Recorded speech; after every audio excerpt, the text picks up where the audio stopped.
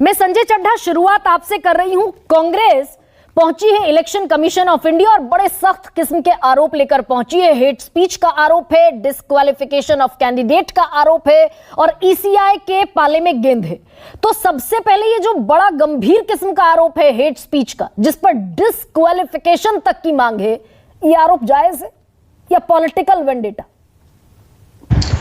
देखिए, जायज या पॉलिटिकल वेंडेटा है कि नहीं, ये तो कंप्लेंट के सारे तथ्य बताएंगे। मैं 2-3 प्रोविजन आपने अपने प्रारंभिक उद्घोषण में कहा, उसी को सपोर्ट करते हुए, उसी बात को बताते हुए थोड़ा उल्लेखित करने का प्रयास करूंगा। Section 123(3) of representation of peoples act. देखिए, जो सारा प्रोसेस है, सुप्रीम कोर्ट के आपने कई जजमेंट बताए, सुप्रीम कोर्ट ने बहुत खुलासे के साथ कहा है कि जो इलेक्शन का प्रोसेस है ये एक सेकुलर प्रोसेस है। बहुत इंपॉर्टेंट बात है ये। और किसी जो रिलीजन है वो पर्सनल फेथ की बात, ये हम सबको पता होना चाहिए और इसको हम बदल नहीं सकते क्योंकि ये basic structure of the constitution है।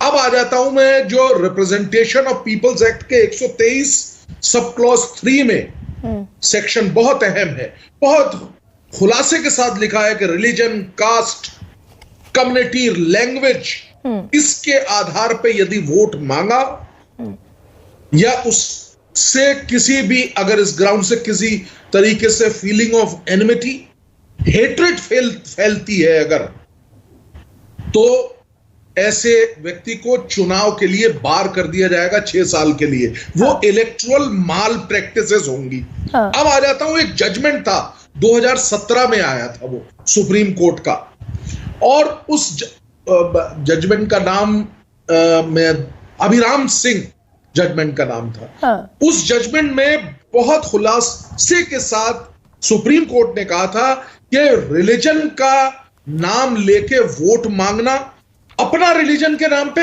या फिर जो सुनने वाले हैं या वोटर्स हैं उनके रिलीजन के नाम पे वोट मारना, 123(3) जो रिप्रेजेंटेशन ऑफ पीपल्स एक्ट है उसको अट्रैक्ट कर लेता है। और आपने, एक तो ये बड़ी बात हो गई, तो 6 साल का डिस्क्वालिफिकेशन का है।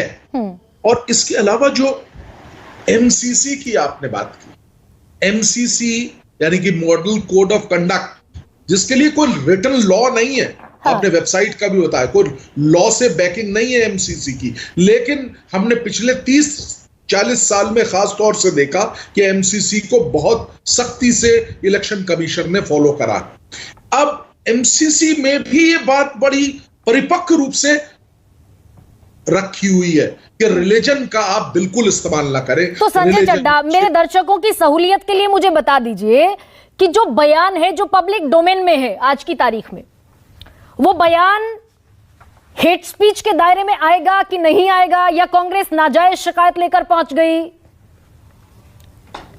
देखिए, अब ये तो इस पे जजमेंट आने की बात है। जो जजेस हैं वो बताएंगे क्या ये हेट स्पीच में आता है कि नहीं। वाजपेयी जी हंस रहे हैं, मैं उनको देख पा रहा हूं। क्या ये, तो इस पे कोई सेटल लॉ नहीं है, इस पे कोई, ये तो प्रेरोगेटिव है उस अथॉरिटी का जिसके समक्ष। नहीं, लेकिन अगर उद्धव ठाकरे अपने चुनावी कैंपेन में, संजय चड्ढा, उद्धव ठाकरे अगर अपनी चुनावी कैंपेन में जय भवानी शब्द का इस्तेमाल करते हैं तो election commission of India notice दे देता है।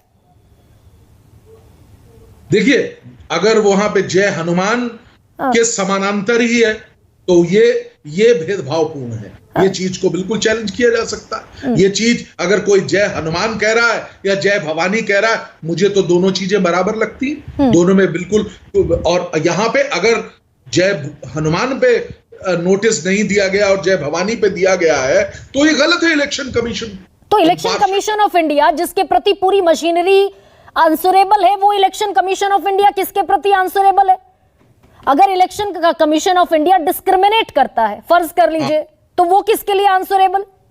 तो उनको उसकी शिकायत आप सुप्रीम कोर्ट में कर सकते हैं। सुप्रीम कोर्ट उनको कहेगा कि अपने सही काम को करिए आप, या किसी भी कॉन्स्टिट्यूशनल कोर्ट में भी कर सकते हैं, अर्थात एक हाई कोर्ट में भी आप जा सकते हैं। ठीक है संजय चड्ढा, तो आप हालांकि ये बताने से बच रहे हैं कि जिस पर्टिकुलर बयान का मैं जिक्र कर रही हूं, जिस पर कांग्रेस पहुंच गई EC ECI, election commission of India, वो हेट स्पीच में है या नहीं है? लेकिन आपने अगर आप मैं हाँ। क्षमा चाहता जी। हूं, अगर आप मुझसे मेरा पर्सनल ओपिनियन पूछेंगे मैं उसको बता सकता हूं, लेकिन ये पर्सनल ओपिनियन क्या सब जगह पे सब लोग इसको स्वीकार करेंगे, तो मुझे लगता है कि कुछ लोग इसका विरोधाभास भी हो सकता है। मेरे अपने मैं बताता हूं कि जरूर मैं आपसे शेयर करूंगा हृदय की बात जो मेरे मन में, मुझे ऐसा लगता है कि ये इस तरह के शब्दों का प्रयोग नहीं होना चाहिए। ये जो सिद्धांत है कि हमारा इलेक्शन सेकुलर है, सेकुलर कंट्री में हम रहते हैं, इसके विरोधाभास है। मैंने बता दिया।